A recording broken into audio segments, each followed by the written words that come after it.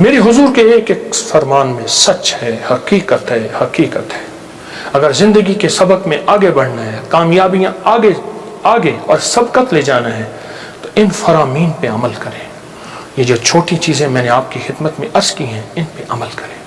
آئیں پھر ایک اور چیز بھی تحفہ دیتا ہوں، حضرت امام حسن کا، یہ وہ گھرانہ ہے اہل البیت کا، جن کی برکتوں سے معاشرے کو، زمانے کو دنیا بھی ملی، دین بھی ملا، عشق بھی ملا، حرمت بھی ملی، عزت بھی ملی، وقار بھی ملا، مانگنا بھی ملا، رونا بھی ملا، اشک بھی ملے، آنسو بھی ملے، اور اللہ کے خزانوں سے لینے کا مزاج بن گیا۔ اللہ سے لینے کا مزاج انہوں نے بنایا۔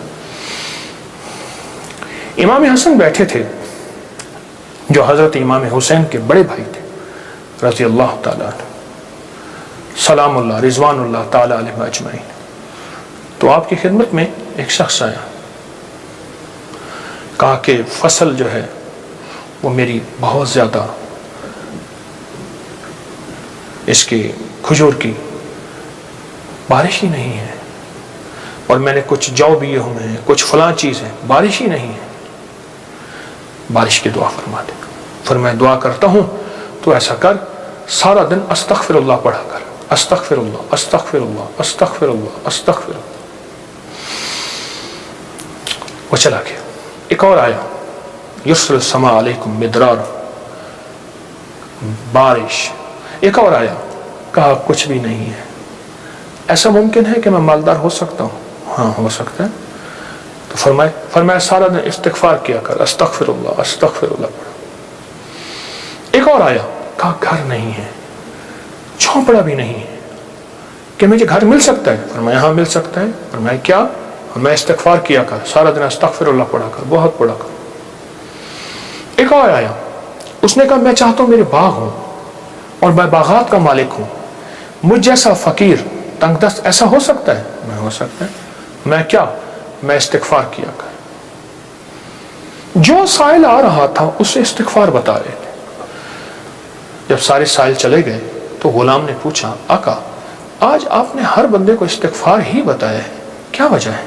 اور میں اللہ نے قرآن میں فرمایا ہے کہ جب تم استغفار کو لازم پکڑو گے، جب استغفار کو لازم پکڑو گے، پھر میں بارشیں برساؤں گا، پھر میں پھل دوں گا، پھر میں بیٹے دوں گا۔ اس میں ایک سائل وہ بھی آیا تھا جس کی اولاد نہیں تھی، اسے بھی فرمایا استغفار کر، اور اس نے میاں بیوی نے خوب استغفار کیا اور اپنے بیٹے عطا فرمائے۔ مدرارا بے اموال و بنی، انہارا، بیٹے، نہریں، نعمتیں، میوے، رزق، استغفار۔ اچھا استغفار سے مراد کیا ہے؟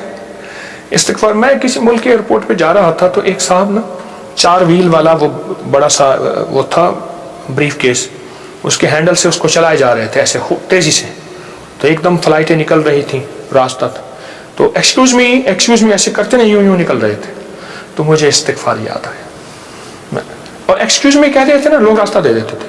اچھا، جب بندہ استغفار کہتا ہے، استغفار کرتا ہے، ایسی راہیں کھل جاتی ہیں، ایسے راستے کھل جاتے ہیں، ایسی منزلیں آسان ہو جاتی ہیں۔ کیوں؟ فرمایا تم سارے کے سارے خطا کار، آقا کا فرمان ہے، مفہوم ہے، اور بہترین خطا کار وہ ہے جو توبہ کرنے والا۔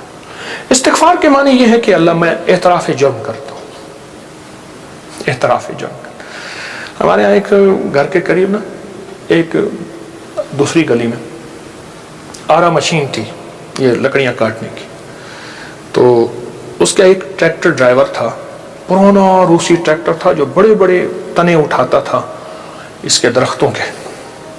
تو ڈرائیور جو تھا وہ ہمیشہ جو ہے وہ گاڑی اپنا ٹریکٹر درمیان میں چلاتا تھا، کبھی دائیں بائیں اتارتا نہیں تھا، پھر لڑائیاں بھی ہو جاتی تھیں، جھگڑے بھی ہو جاتے تھے، مار کٹائیاں بھی ہو جاتی تھی۔ وہ ڈرائیور میں نے دیکھا ہوا بیچارہ ایک حادثے میں فوت ہوا۔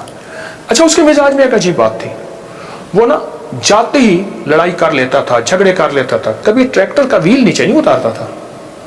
جھگڑا کرنے کے بعد، سارا کچھ کرنے کے بعد وہاں پہنچتے اپنی قمیض اتارتا تھا، پولیس والوں کو کہتا تھا، تھانے والوں کو، یا جہاں کہیں اس کو لے جاتے تھے انصاف کے لیے یا جھگڑے کو ختم کرنے کے لیے، کہتے مجھے مارے، میں مجرم ہوں۔ وہ کہتے بات کیا ہے؟ کہتے مارے، میں مجرم ہوں۔